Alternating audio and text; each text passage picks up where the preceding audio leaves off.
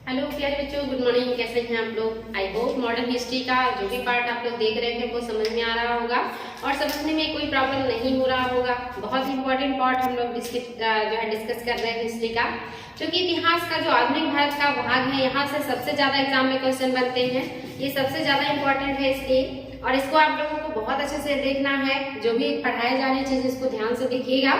हम लोगों ने आधुनिक भारत का इतिहास शुरू कर लिया है, और जिसमें आपने देखा था कि भारत में जो मुगल साम्राज्य है उनके उत्तराधिकारियों का किस तरह से पतन हो रहा है, और उसके बाद क्षेत्रीय शक्तियों का किस तरह से अलग अलग क्षेत्रों में विकास शुरू हुआ। साथ ही इस समय विदेशियों का तेजी से प्रभुत्व भी भारत में बढ़ रहा है, और हम विदेशी कंपनियों के आगमन को देख रहे थे, जिसमें हमने देखा था कि किस तरह से यूरोपीय कंट्रीज अलग अलग देशों और द्वीपों की खोज कर रहे हैं और वहां के संसाधनों और वहां के लोगों का शोषण करना शुरू कर रहे हैं। और हमने देखा है कि जो पुर्तगाली हैं वो किस तरह से भारत आए, और आने के बाद किस तरह से वो अपने पैर भारत में जमाने का प्रयास किए, लेकिन एट लास्ट धीरे धीरे करके ये मैदान से बाहर हो गए। हालांकि सबसे पहले आते हैं पुर्तगाली और सबसे लास्ट में ये भारत से जाते हैं। ये पॉइंट इंपॉर्टेंट है, इसको ध्यान देंगे।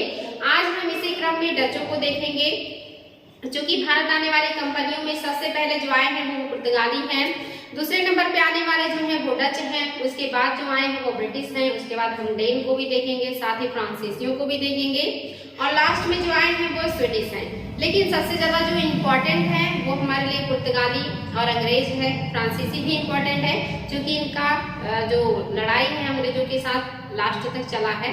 तो ये सारी चीजें हम वन बाय वन करके देखेंगे। आज हम देखेंगे डचों को, कि जो डच हैं इन्होंने कहाँ कहाँ अपना क्षेत्र विस्तार किया था और इनका क्या महत्वपूर्ण कार्य रहा है हमारे देश में उस समय।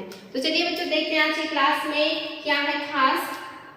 आज आपको देखना है डचों को, और ये लगभग 1595-96 में प्रथम डच जहाजी बेड़ा पूरब की ओर आया। यानी कि जो डच हैं ये यूरोपीय कंट्रीज के हैं, और ये वहां से भारत के लिए आए हैं। और इम्पोर्टेंट है, ध्यान देंगे, जितनी भी कंपनियां हैं सब यूरोप से हैं, और यूरोप से भारत पूर्व दिशा में पड़ता है। यानी कि ये लोग वहां से पूर्व दिशा के लिए यात्रा करते हैं, भारत के लिए आते हैं, यहाँ पे मसाला व्यापार करने आते हैं। और ये आते हैं, डच ईस्ट इंडिया कंपनी की स्थापना 1602 में हुई थी। ये इंपॉर्टेंट है बच्चों, एग्जाम में आता है। आगमन का क्रम भी पूछता है कि जो विदेशी कंपनियां हैं इनके आने का क्रम बताएं। साथ ही इन कंपनियों की स्थापना का क्रम भी पूछता है कि कंपनियां जो हैं कब कौन स्थापित हुआ है। तो इसलिए आपको आने का क्रम तो देखना ही है, साथ ही इन कंपनियों की स्थापना का क्रम भी देखना है। तो इम्पोर्टेंट है, जो डच कंपनी है इसकी स्थापना 1602 में हुई है। इसे बेरिंग दे ओस्टे इंडिसे इंडिया कहा, मतलब जो है कंपनी के नाम से जाना गया है। बेरिंग दे ओस्टे इंडिसे कंपनी के नाम से डच कंपनी को जाना जाता था, जो व्यापार के लिए भारत की तरफ आया था। डचों के मौलिक व्यापारिक हित दक्षिण पूर्व एशिया में थे, ना कि भारत में। यानी कि जो डच हैं ये जब आते हैं व्यापार के लिए, तो इनका जो फोकस है ये भारत से ज्यादा दक्षिण पूर्व एशिया की तरफ रहता है। यानी कि जो इंडोनेशिया, मलेशिया, मलाया, मलक्का, ये सारे क्षेत्र हैं, ये अपना फोकस ज्यादातर उन क्षेत्रों में करते हैं। भारत की तरफ इनका जो फोकस है ये कम है, लेकिन फिर भी ये भारत में आते हैं और यहाँ से बहुत सारी चीजों का आयात निर्यात करने का काम करते हैं। तो इस तरह से ये भारत की तरफ भी आए हैं। डचों ने 1605 ईस्वी में अबोयाना पुर्तगीज से छीन लिया था। यानी कि जो पुर्तगाली हैं ये पहले से आए हुए हैं, और इन्होंने अपना क्षेत्र विस्तार आपने देखा था कि अफ्रीका महाद्वीप के पूर्वी क्षेत्र से लेकर के फारस की खाड़ी, भारत, श्रीलंका, और साथ ही जो दक्षिण पूर्व एशिया है, जो इंडोनेशिया, मलेशिया, इन सारे क्षेत्रों में भी इन्होंने अपनी फैक्ट्रीज को स्थापित कर लिया है। कल की क्लास में हमने देखा था कि इन्होंने अपना 3 मुख्यालय बनाया था। एक मुख्यालय इन्होंने अफ्रीका महाद्वीप के पूर्वी और दक्षिणी क्षेत्र में बनाया था, जहां से ये सारे क्षेत्रों को कंट्रोल करते थे। अफ्रीका के मोजाम्बिक इनका मुख्यालय था। दूसरा मुख्यालय इन्होंने आपने देखा था कि गोवा भारत में बनाया था, जहां से फारस की खाड़ी और गोवा तक के क्षेत्र को कंट्रोल करते थे।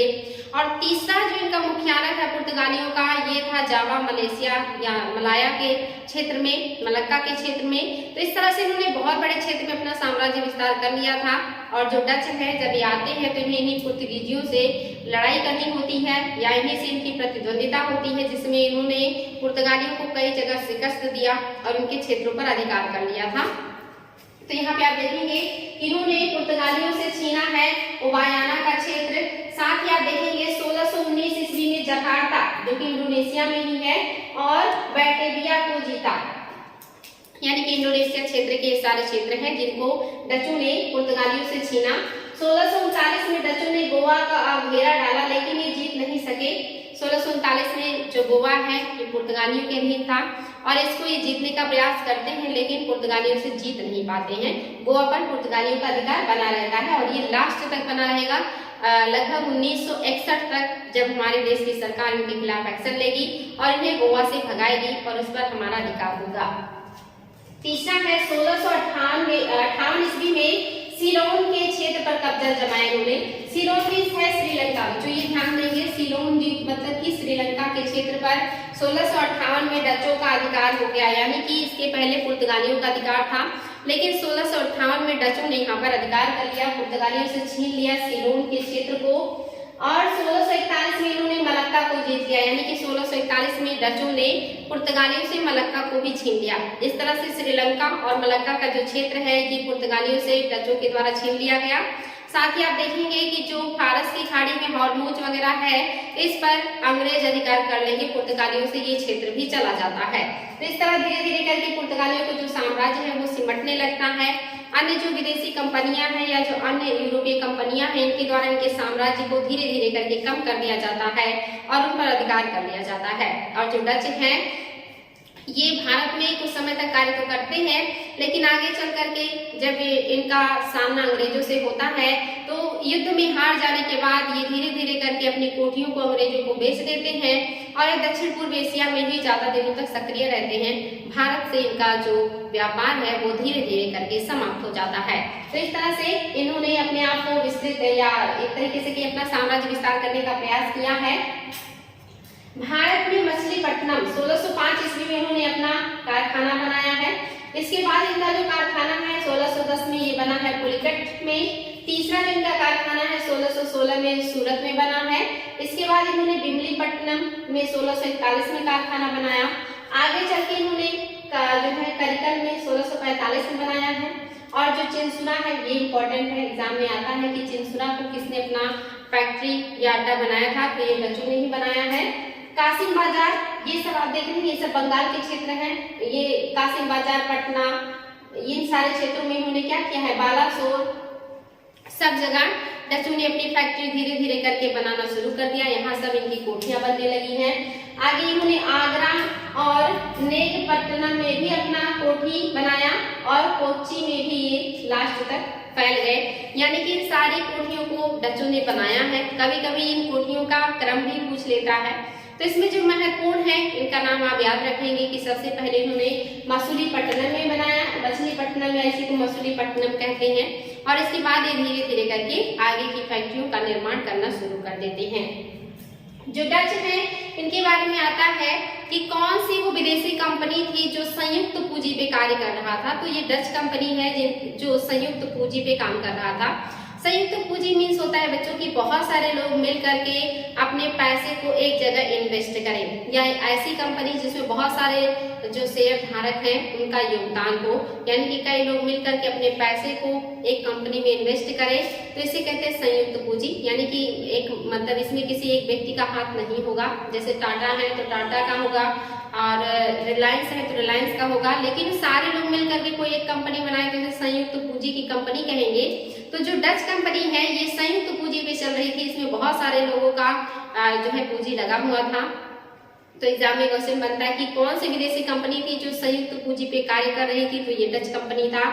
साथ ही ये भी एग्जाम में क्वेश्चन बनता है कि कौन सा विदेशी व्यापारी था या विदेशी कंपनी थी जो मसालों के व्यापार के बजाय सूती कपड़ों का व्यापार करना ज्यादा पसंद करती थी, तो ये डच ही थे। ये एग्जाम में क्वेश्चन बनते हैं, इसलिए इसको आप लोगों को ध्यान रखना है।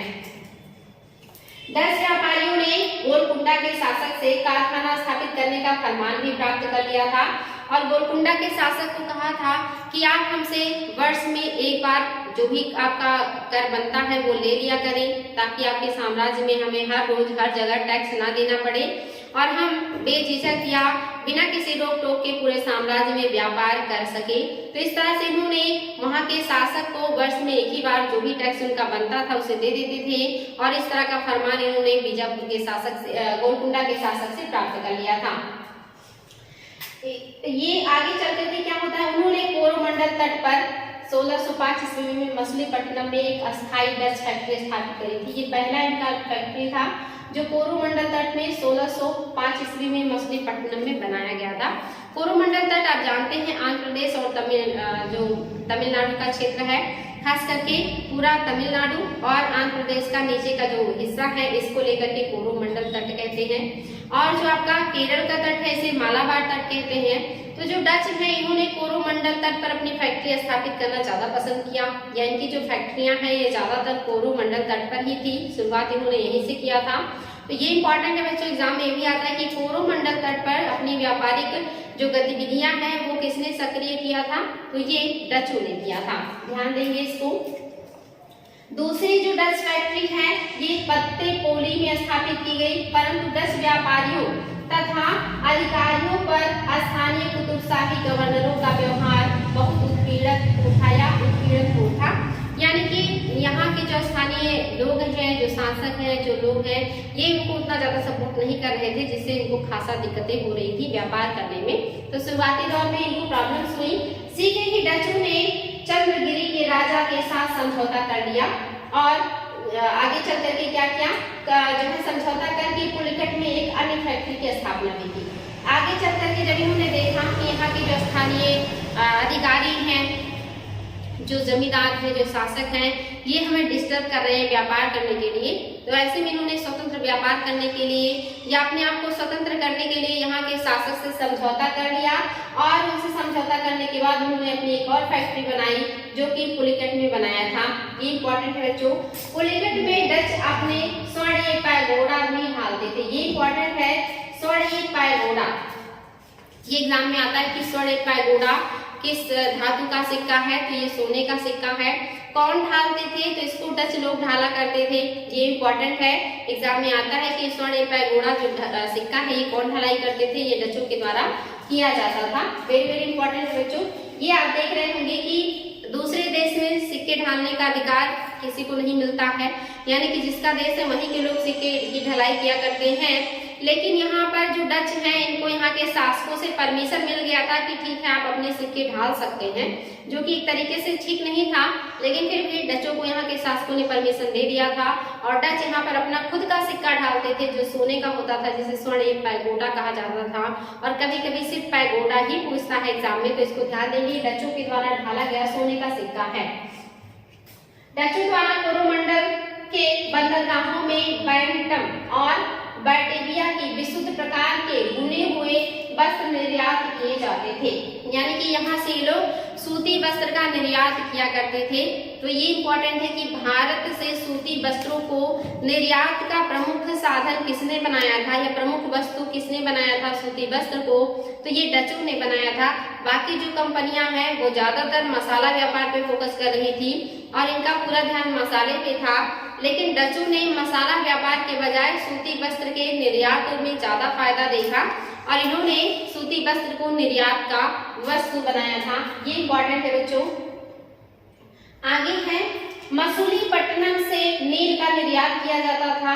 डच कोरोमंडल बंदरगाह से इतना अधिक निर्यात करते थे कि कोरोमंडल से किए जाने वाले व्यापार को हेड्रिक बोअर नामक एक डच गवर्नर ने मलक्का और आसपास के द्वीपों का बायां हाथ कहा था, यानी कि जो मलक्का है और जो उसके आसपास के द्वीप है उनके लिए जो कोरोमंडल तट है ये बायां मतलब जो है हाथ है, यानी कि यहाँ से इन्हें बहुत ज्यादा फायदा मिलता है या यहाँ से इन्हें इनकी जो भी जरूरतें हैं वो पूरी हो जाती हैं, इसीलिए इस तरह की उपमा दी गई है, क्योंकि ये लोग यहाँ से बहुत ज्यादा निर्यात करते थे आसपास के अपने उपनिवेशों में और वहां से फायदा लेने का प्रयास करते थे। तो इम्पोर्टेंट बच्चों ध्यान देंगे। डचों द्वारा कोरोमंडल से आयात की जाने वाली वस्तुएं थी अन्य द्वीप समूहों से आयात की जाने वाली चंदन की लकड़ियां, साथ ही काली मिर्च और जापान से तांबा, चीन से रेशम और रेशम भी साथ ही रेशमी वस्त्र थी।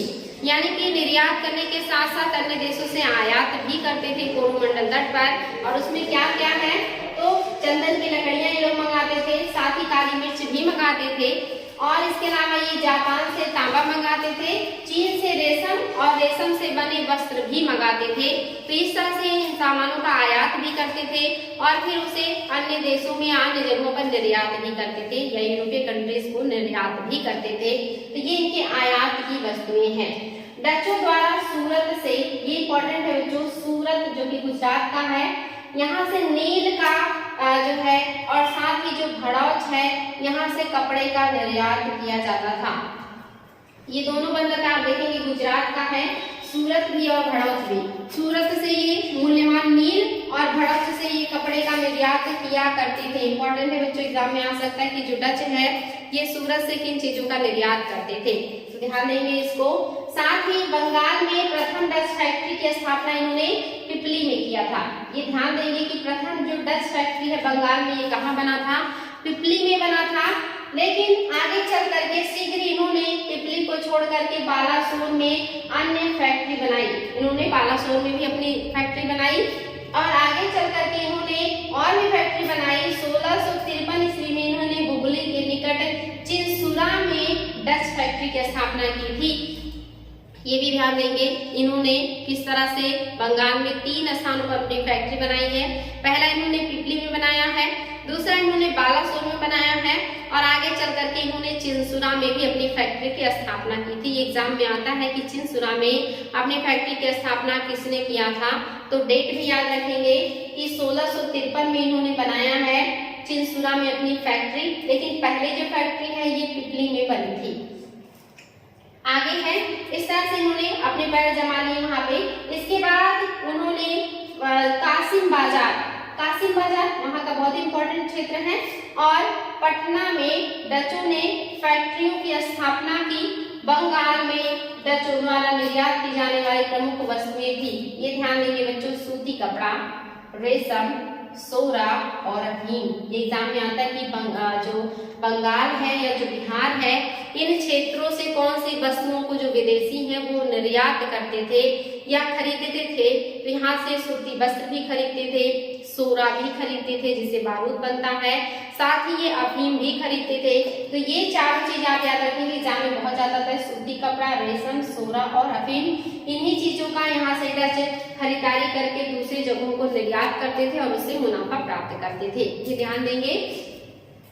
चूंकि कोरोमंडल तट पर कपड़ा व्यापार की तुलना में मालाबार प्रदेशों का मसाला व्यापार कम लाभप्रद था, यानी कि जो कोरोमंडल तट है यहाँ पर उतनी ज्यादा मसालों का उत्पादन नहीं था या इन्हें मसालों से उतना फायदा महसूस नहीं हो रहा था जितना कि इन्हें लग रहा था कि जो कपड़ा है उसके निर्यात में फायदा है। इसीलिए इन्होंने मालाबार तट के जो मसाले हैं उसकी अपेक्षा कोरोमंडल तट से सूती कपड़े के निर्यात को ज्यादा तवज्जो दिया या ज्यादा वरीयता दिया है। ये इंपॉर्टेंट है बच्चों, ये सब एग्जाम में क्वेश्चन बनते हैं। अतः डचों ने मालाबार प्रदेश की उपेक्षा की। डचों ने मसाले के स्थान पर भारतीय कपड़े के निर्यात को अधिक बल दिया क्योंकि वे कपड़ा निर्यात व्यापार को अधिक महत्वपूर्ण समझते थे। यानी कि इनके लिए कपड़ा निर्यात ज्यादा महत्वपूर्ण था मसालों की अपेक्षा, और इसीलिए इन्होंने कपड़े निर्यात को ज्यादा तवज्जो दिया या वरीयता दिया। तो ये इंपॉर्टेंट है बच्चों, ध्यान देंगे, एग्जाम में आता भी है कि कौन सी विदेशी कंपनियां थी जिन्होंने कपड़े के निर्यात को ज्यादा वरीयता दिया था। तो ये डच है। भारत में भारतीय वस्त्र को प्रमुख निर्यात की वस्तु बनाने का श्रेय डचों को जाता है। ये एग्जाम में आता है कि भारतीय वस्त्र को निर्यात की प्रमुख वस्तु बनाने का श्रेय किससे जाता है, तो ये डचों को जाता है। ये एग्जाम में आता है, मोस्ट इंपॉर्टेंट क्वेश्चन है।